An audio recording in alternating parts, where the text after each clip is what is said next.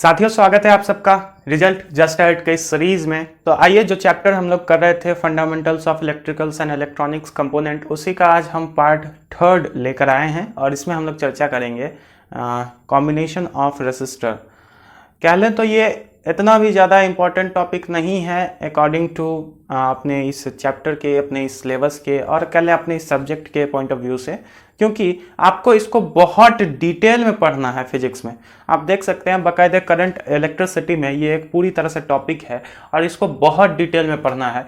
तो मैंने पूरा मन बना लिया था कि इसे तो स्किप कर देना है, लेकिन कुछ साथियों का कहना था कि हमें इसे भी करवाना चाहिए। तो कोई बात नहीं, हम इसे शॉर्ट में कवर करेंगे, ज़्यादा हम लोग इसको लंबा नहीं खींचेंगे। हम लोग शॉर्ट में इसको देख लेंगे और एक दो सवाल लगा लेंगे।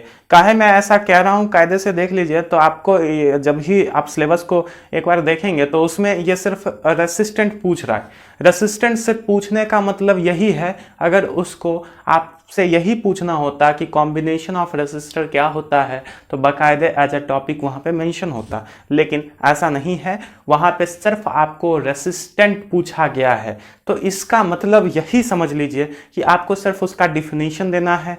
एक आध फार्मूले हो जाए तो जो फार्मूले रेसिस्टेंट के हमने आपको बताए थे, एक दो फार्मूले, वो फार्मूले और उससे लगता जुलता मिलता जुलता एक आध न्यूमेरिकल्स आपसे करवा लिया जाएगा। बस इतना ही, यही होता है जब सिर्फ एक चीज़ में वहाँ पे मेंशन हो। अगर पॉलीटेक्निक आपसे डिमांड करते कि भाई हमको कॉम्बिनेशन में बहुत अच्छे से इसमें क्वेश्चन डालना है तो बाकायदा एज अ टॉपिक मेंशन होता, लेकिन ऐसा नहीं है।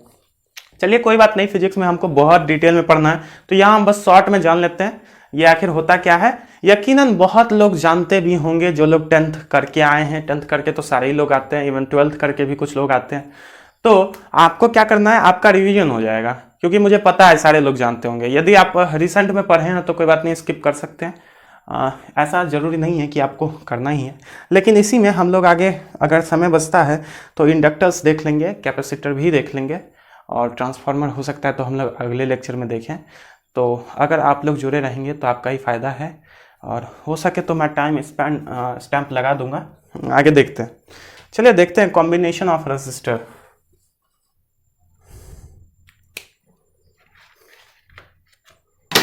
आई एम सॉरी बच्चों, 1 मिनट रुकिएगा।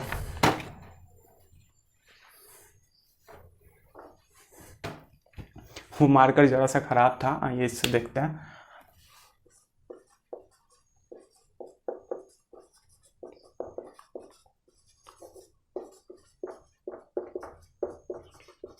आई थिंक आपको सब चीज़ परफेक्टली विजिबल होगा। कॉम्बिनेशन ऑफ रेसिस्टर, इसमें हम दो कॉम्बिनेशन की बात करेंगे, पहला सीरीज कॉम्बिनेशन और दूसरा पैरेलल कॉम्बिनेशन। आपको बता दें कि जब भी सीरीज कॉम्बिनेशन तब किया जाता है जब आपको वोल्टेज को ड्रॉप करना हो। कहने का अर्थ है कि जब आपको वोल्टेज को गिराना हो, वोल्टेज को कम करना हो, तो हम लोग सीरीज कॉम्बिनेशन का यूज करते हैं। और जब आपको वोल्टेज को एज इट इज रखना है लेकिन करंट को डिवाइड करना है ना, तब हम लोग पैरेलल कॉम्बिनेशन की तरफ जाते हैं। अभी हम आपको इन डिटेल बता रहे हैं, आपको सब कुछ समझ में आ जाएगा। चलिए पहले बात कर लेते हैं सीरीज कॉम्बिनेशन की। इसमें दो कॉम्बिनेशन की बात करते हैं, सीरीज और पैरेलल। सबसे पहले हम बात कर लेते हैं सीरीज कॉम्बिनेशन।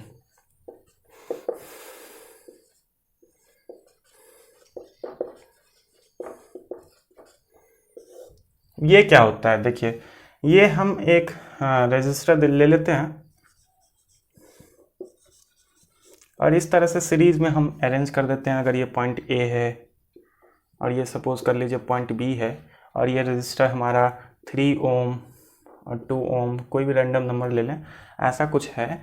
तो हम लोग इसमें क्या करते हैं, सिंपली अगर हमको इसका सम निकालना हो, इसका कॉम्बिनेशन निकालना हो, आर इक्विवेलेंट निकालना हो, कह लें तो इसका जो है रजिस्टर का इक्विवेलेंट निकालना हो, तो हम इस R1 और इस R2 को ऐड कर देते हैं as it is, R1 plus R2। क्या डेरिवेशन भी हमको बताना पड़ेगा? यदि आप कहिए तो हम बता देते हैं, हमें कोई आपत्ति नहीं है, 2 मिनट लगेगा, बता देते हैं। चलिए ये तो हम देख लेते हैं कि इसका 2 + 3 = 5 ओम आंसर।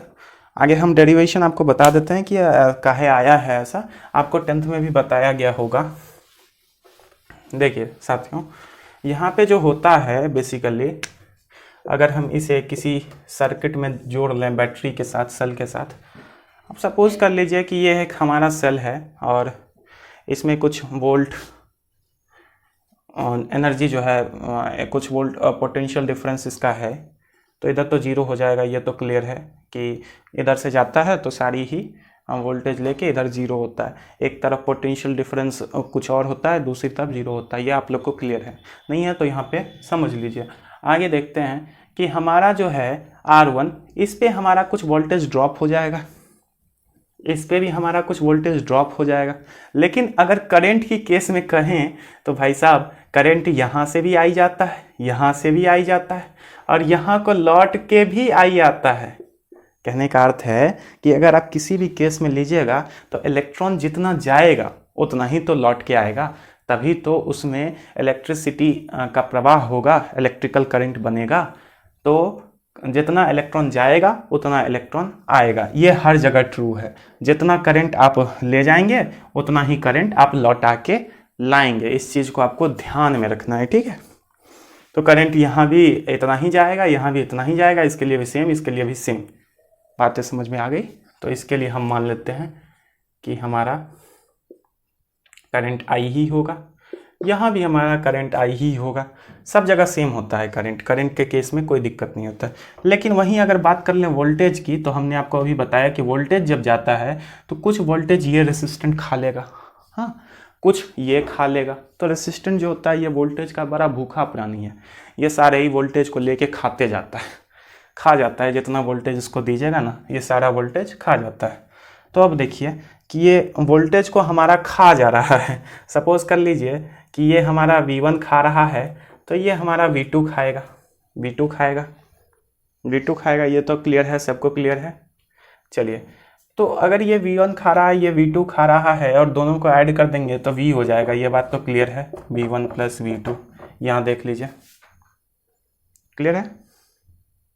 अब देखिए V को हम लोग क्या लिखते हैं, V is equals to IR, Ohm's law में आपने पढ़ा था, हमने अभी रिसेंट डे में पार्ट 2 में चर्चा किया था। जिसको नहीं पता हो उसके लिए हम आई बटन में प्रोवाइड कर देंगे और डिस्क्रिप्शन में भी मिल जाएगा, आप जाके देखिए। तो V is equals to IR होता है, तो यहाँ पे हम सीधे V is equals to IR लिख सकते हैं ना भाई साहब।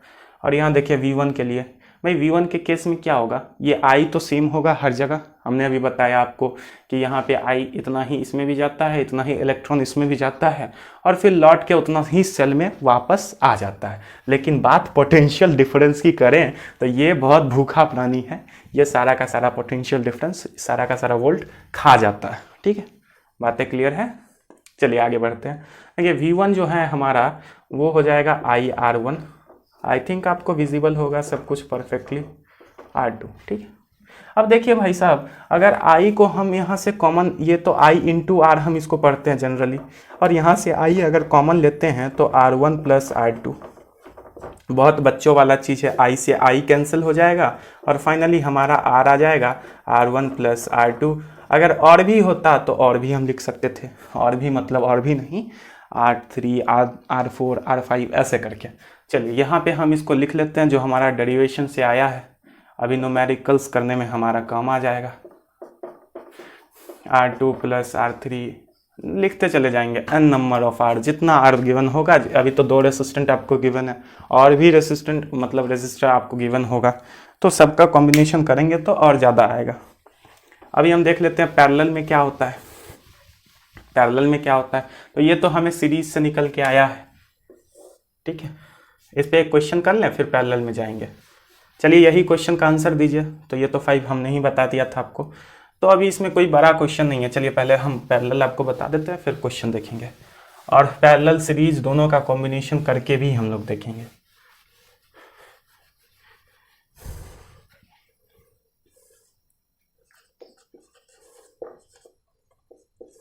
ठीक है,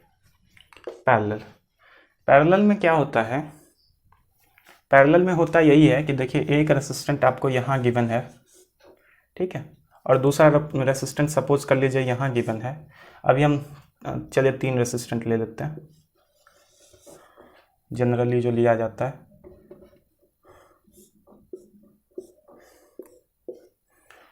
ये 3 रेसिस्टेंट है, रेसिस्टेंट को सही से ड्रॉ कर लेना चाहिए, ओके। ये R1, ये R2, ये R3, ठीक है, और ये तीनों रेसिस्टेंट हमारे एक सेल से जुड़ा हुआ है। अब देखिए सेल के बारे में एक खास बात ये है कि सेल कभी भी, अभी हम आपको बताएंगे सवालों में, सेल कभी भी जो है ना एक रेसिस्टेंस से डील नहीं करेगा, किसी एक चीज़ से ये डील नहीं करता। अगर आप एक वोल्टेज भी किसी में दे देते हैं तो उससे डील नहीं करेगा। समझ में अभी बहुत ज़्यादा नहीं आएगी, अभी क्वेश्चन से आपको आ जाएगा। ये सब के कॉम्बिनेशन से डील करेगा। अगर हम इसके लिए रेसिस्टेंट लेंगे ना सेल के लिए, तो हमें R1 नहीं लेना है, हमें R2 नहीं लेना है, R3 नहीं लेना है, R इक्विवेलेंट लेना है। मतलब तीनों R का जो सम आएगा वो लेना है। और यहाँ पे पैरेलल में है तो पैरेलल में ये फॉर्मूला नहीं होता है, वहाँ पे फॉर्मूला चेंज हो जाता है। अब देखिए यहाँ पे होता क्या है प्रॉब्लम, देखिए यहाँ से जा तो रहा है आई। सबसे पहले वोल्ट की बात करें तो यहाँ V है, यहाँ 0 है। V मतलब क्या, 12 वोल्ट, 24 वोल्ट, कुछ भी, जितने वोल्ट का हमारा सेल होगा उतना ही बेसिकली। तो ये अगर 12 वोल्ट का होगा तो 12 वोल्ट जा रहा है और आ रहा है 0 वोल्ट, ये इसका पोटेंशियल डिफरेंस है। यहाँ से I जा रहा है, I क्या है, करंट है, I जा रहा है, I जा रहा है। अब I बेचारा कंफ्यूज हो जा रहा है कि हमें इस वायर में जाना है, इस वायर में जाना है या इस वायर में जाना है। आई क्या है, टोटली कंफ्यूज्ड। आई कंफ्यूज प्राणी है, तो आई का हो जाता है यहाँ पे बंटवारा। कहेंगे क्या बता रहे हो भाई, अभी आपने बताया था कि आई जितना जाता है उतना ही लौट के आता है।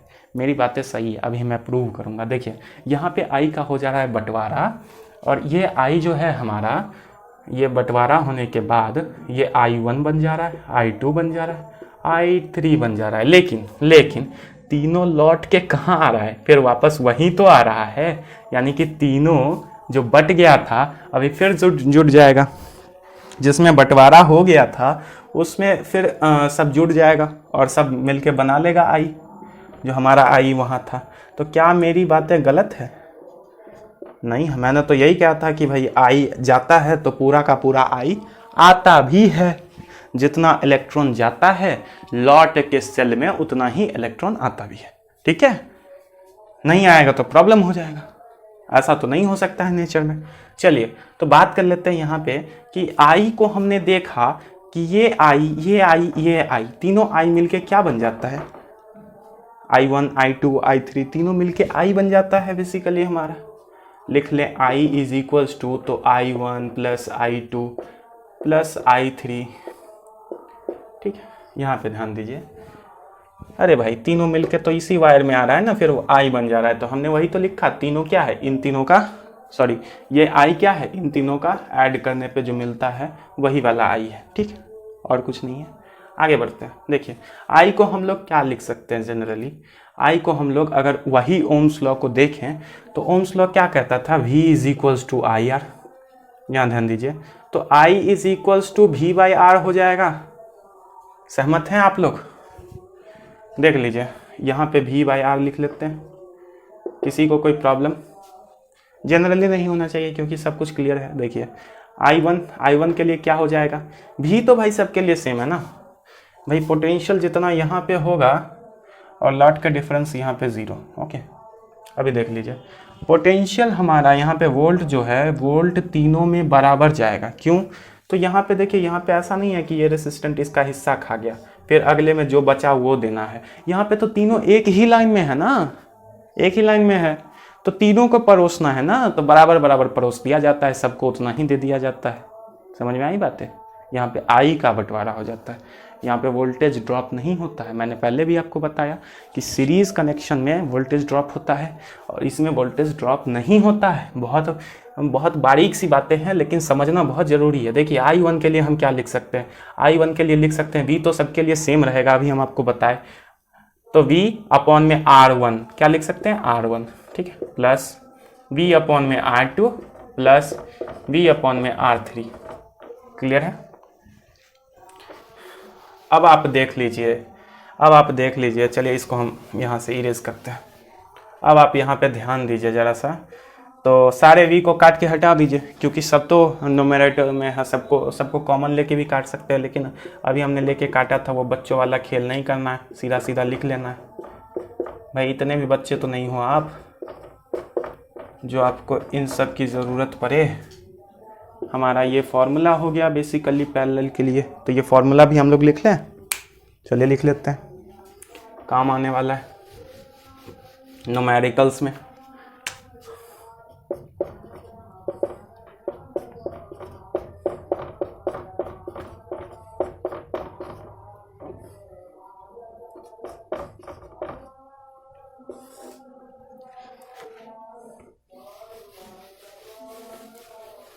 अब आप देखिए, चलिए इसी फिगर को हम लोग बना लेते हैं वापस से। चलिए यही फिगर है हमारा, सेम एज इट इज। अब हमें एक बात बताइए, इसमें हम लोग बहुत ज़्यादा क्वेश्चन बना सकते हैं। फिगर तो क्लियर है कि हमें फिर से बनाना चाहिए। चलिए बना लेते हैं फिगर का, कि बहुत से लोगों की शिकायत आ सकती है कि आप कुछ भी क्लियर नहीं बनाते हो, तो हम क्लियर कर लेते हैं। भाई शिकायतों से हमें बहुत डर लगता है। आइए देख लेते हैं, यहाँ पे अभी बना लेते हैं। जो हमारा क्वेश्चन का आएगा वो यहाँ पे, क्वेश्चन का जो हमारा डायग्राम आएगा वो यहाँ पे हम बना लेते हैं। चलिए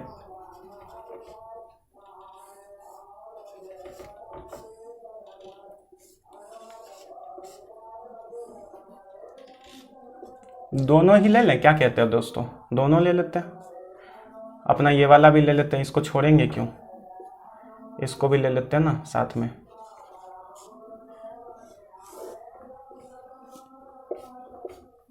अभी जो है इसके एंड पे हम लोग प्रोवाइड कर देते हैं कुछ, चलिए 12 वोल्ट प्रोवाइड कर देते हैं। यहाँ पे तो 0 आ जाएगा।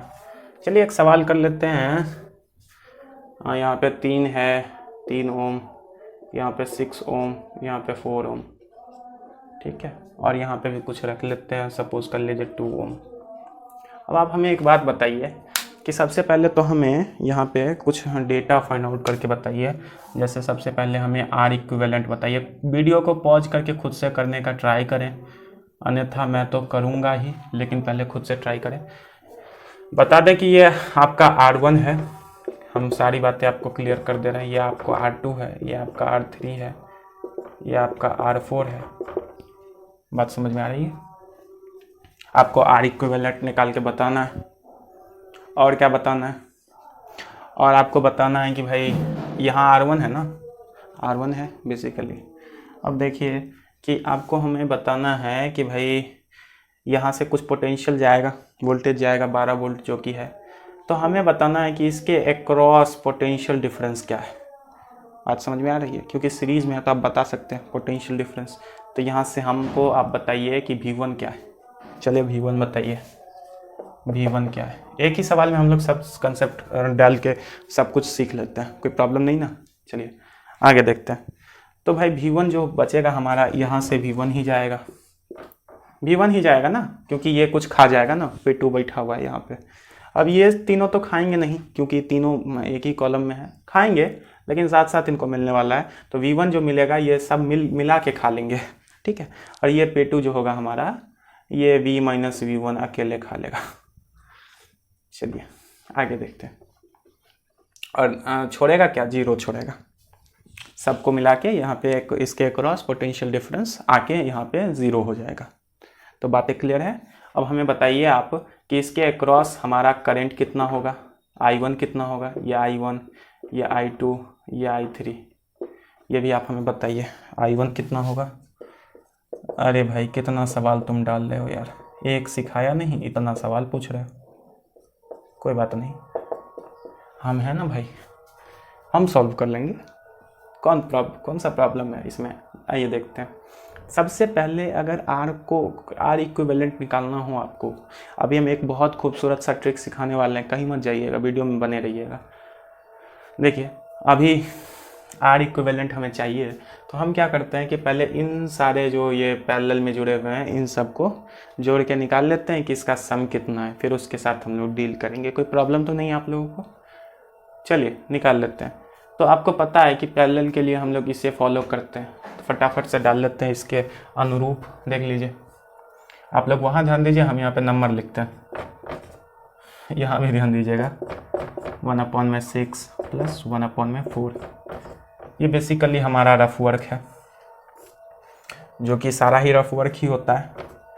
अब देखिए 12 आ जाएगा एलसीएम, और ये 4, 2, 3, 9/12। देखा जाए तो उल्टा करेंगे ना, ये 1/r की वैल्यू है। तो अगर r की वैल्यू लेंगे मेरे भाई, r की वैल्यू लेंगे तो 12/9 आएगा, जो कट के आ जाएगा 4/3 आ जाएगा ना। इतना क्या ओम। यूनिट लिखना मत भूलना, नहीं तो एग्जाम में बहुत खतरनाक मार्क्स कटेंगे। बाद में मत कहना कि क्वेश्चन तो सही किए थे, आंसर भी आ गया था लेकिन मार्क्स नहीं मिला। चलिए तो अभी हमें 4/3 आ गया किसका? इसका कुछ और नाम रख लेते हैं, ये तीनों को मिला के आर ए रख लेते हैं, कोई प्रॉब्लम तो नहीं, क्योंकि आर ई तो सारा है ना, तो इसको आर ए कंसिडर कर लेते हैं। आर ई कुछ नहीं, आर ई है R1 plus R A. R E क्या है देख लीजिए, दिख गया, आर ई क्या है R1 प्लस आर ए, ठीक है। क्योंकि ये सीरीज में है तो हम लोग डायरेक्ट जोड़ सकते हैं। तो यहाँ पे 2 वोल्ट, यहाँ पे 4/3, सॉरी 2 ओम, और वहाँ पे 4/3 ओम, तो इसको हम लोग डायरेक्ट जोड़ सकते हैं 4/3 ओम, ठीक है। कितना आ जाएगा देखिए, 6 4 10 ओम बटे 3, इतना आ जाएगा। तो इसको हम लोग यहाँ लिख लेते हैं।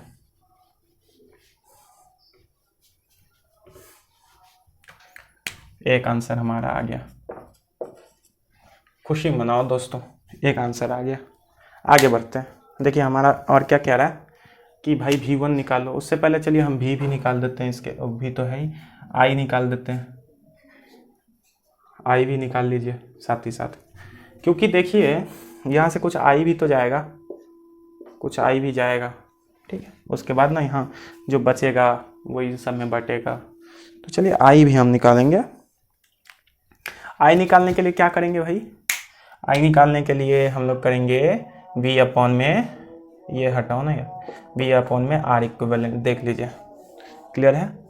आगे आते हैं, तो ये 12 है और R इक्विवेलेंट 10/3 है, तो ये मल्टीप्लाई में बदलेगा तो 3 ऊपर 10 नीचे, ठीक है। तो 36/10, 36/10 कुछ 3.6 एम्पियर, 3.6 एम्पियर। तो आपको ये बात पता चल गई कि भाई इस सर्किट के अक्रॉस जो करंट जा रहा है वो नथिंग बट 3.6 एम्पियर, ठीक है। ये बातें भी पता चल गई, 2 आंसर मिल गया। उछल लो खुशी से, आगे देखो, आगे देखो क्या होता है।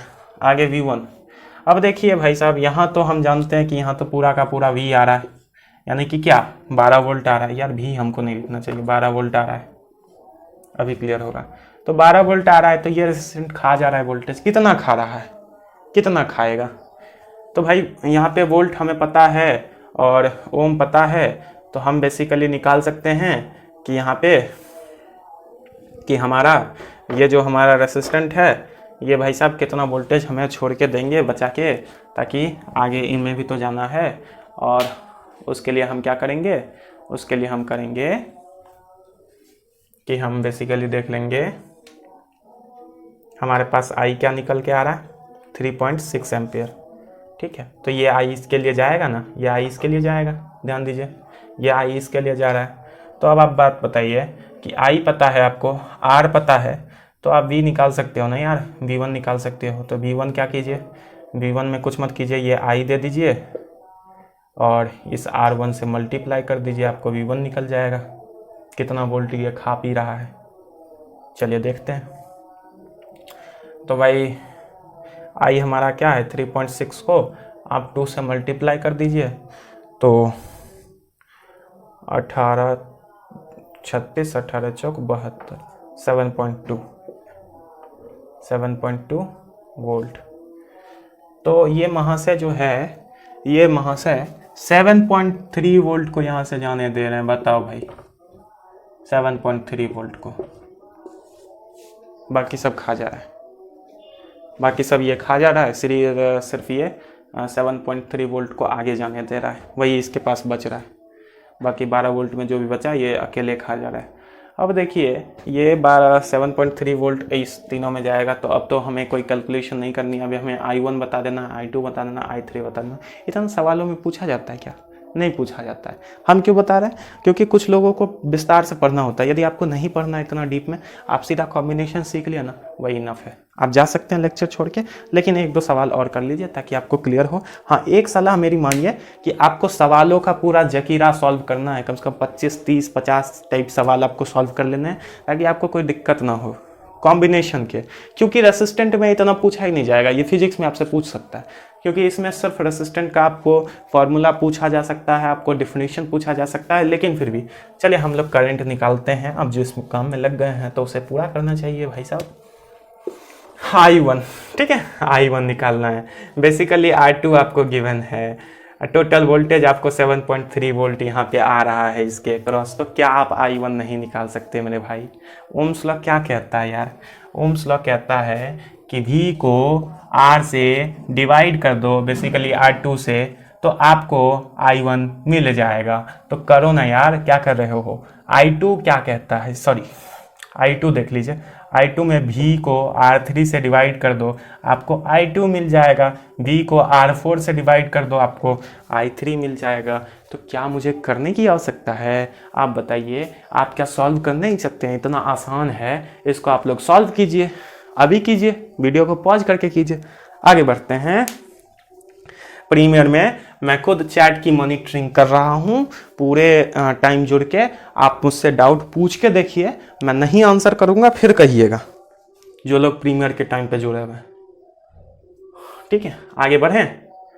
आगे एक खतरनाक सवाल करेंगे कॉम्बिनेशन के, उसमें ये सब हम I1 I2 ये सब नहीं पूछेंगे, चिंता मत करो भाई। एक खतरनाक सवाल कर लेते हैं। खतरनाक कुछ नहीं होगा, बहुत आसान होगा, कहने को खतरनाक होगा, एक नया कंसेप्ट आप सीख के जाओगे। देखो दोस्तों, ये खतरनाक, सो कॉल्ड खतरनाक सवाल जो हमारे पास है वो कुछ इस तरह से है।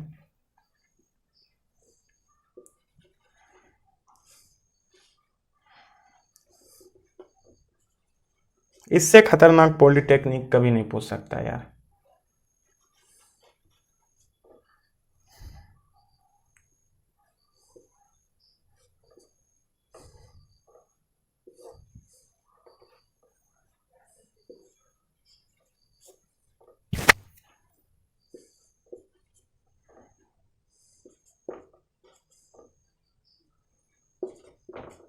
इसमें और भी डीप में जाएंगे, लेकिन किस में जाएंगे? फिजिक्स में जाएंगे, इसमें नहीं जाना है हम लोग को। इसमें इतना इनफ है, क्योंकि सिर्फ टॉपिक मेंशन है, इसके लिए हम पूरा इसका बाल का खाल उतारने नहीं आए हैं। हमको यहाँ पे PhD नहीं करनी है इस चीज़ में।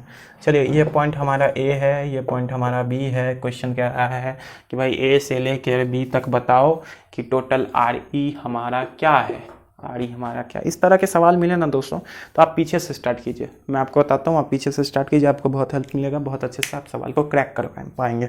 चलिए पीछे से स्टार्ट करते हैं। मुझे पता है इसको बहुत कम लोग सॉल्व कर पाएंगे, जो लोग कर पाएंगे वो उनके लिए बहुत बहुत अच्छी बातें हैं, बहुत शुभकामनाएं मेरी ओर से। आप पॉज कीजिए और ट्राई कीजिए, नहीं भी कर पाते तो कोई बात नहीं, हताश होने की आवश्यकता नहीं है, स्टार्टिंग में होता है, कोई प्रॉब्लम नहीं है। देखिए साथियों, यहाँ पे देखिए कि हम अगर देखें कि ये 2 वोल्ट और ये 4 वोल्ट, सॉरी बार बार वोल्ट याद, वोल्ट से हमको ना कुछ ज़्यादा ही लगाव है, इसीलिए बार बार वोल्ट दिमाग में आता है। ओम, ठीक है, ओम, 2 ओम 4 ओम। चलिए, ये दोनों देखिए किस तरह से जुड़ा हुआ है, ये दोनों सीरीज में जुड़ा हुआ है, दिख रहा है ना, सीरीज में जुड़ा हुआ है। एक इधर से आ रहा है, एक इसका A पिन B से कनेक्शन कर रहा है, इसका A पिन B से कनेक्शन कर रहा है, तो सीरीज में जुड़ा हुआ है। बताने की आवश्यकता है नहीं है, सीरीज में जुड़ा हुआ है तो सीधे ऐड कर दो ना, 6 हो जाएगा। क्या हो जाएगा? 6। तो हम अगर इस फिगर को थोड़े अच्छे से लिखें तो हम इसको ऐसे लिख देंगे, दोनों मिला के 6 हो जा रहा है। दोनों मिला के हम एक और बना लेते हैं रेजिस्टेंट, क्या जाता है हमारा, थोड़ा मार्कर का इंक ही तो जाता है, और आपका थोड़ा सा समय, तो कितना आ गया था? 6। अब बताइए साथियों कि ये दोनों पैरेलल में है या सीरीज में है? अरे भाई बहुत क्लियर है कि ये दोनों पैरेलल में है, देख के ही पता चल रहा है। देखिए, इसका भी ये B पॉइंट इसके B पॉइंट से है, इसका A पॉइंट इसके A पॉइंट से है, तो ये लोग पैरेलल में है। अगर A पॉइंट B पॉइंट से कनेक्ट हो, एक का टेल दूसरे के हेड से कनेक्ट हो, तो हम कह सकते हैं सीरीज में है। अभी तो पैरेलल में है, पैरेलल में है तो इस तरह से जोड़िए ना यार, ये बहुत सिंपल है, इसका आंसर 2 आएगा, मुझे पता है, आप करके देखिए। देखिए यहाँ पे मतलब इसी का आंसर, पूरा का नहीं। अब देखिए यहाँ पे 1 + 2 3/6। अब भाई ये 1/r की वैल्यू आई है, खुश मत हो लेना, r की वैल्यू जब आप निकालोगे तो 6/3 जो कि कट के 2 आता है। तो हम इन दोनों के बदले लिख लें 2, आपको कोई आपत्ति तो नहीं? मतलब ये पूरा मिट के हटा देते हैं, अब ये 3 नहीं, अब ये 2 है। इसी तरह से आपको करना है, गलतियां नहीं होगी, गलतियों की संभावना खत्म हो जाएगी। अब आप बताइए कि ये 2 और ये 4 सीरीज में जुड़ा हुआ है, क्लियर है, अच्छे से क्लियर है, तो 2 और 4 मिलके कितना हो जाएगा? 6 हो जाएगा। भाई 2 और 4 मिलके 6 हो जाता है ना। चलिए तो इसको हम लोग अलग से बना लेते हैं 6।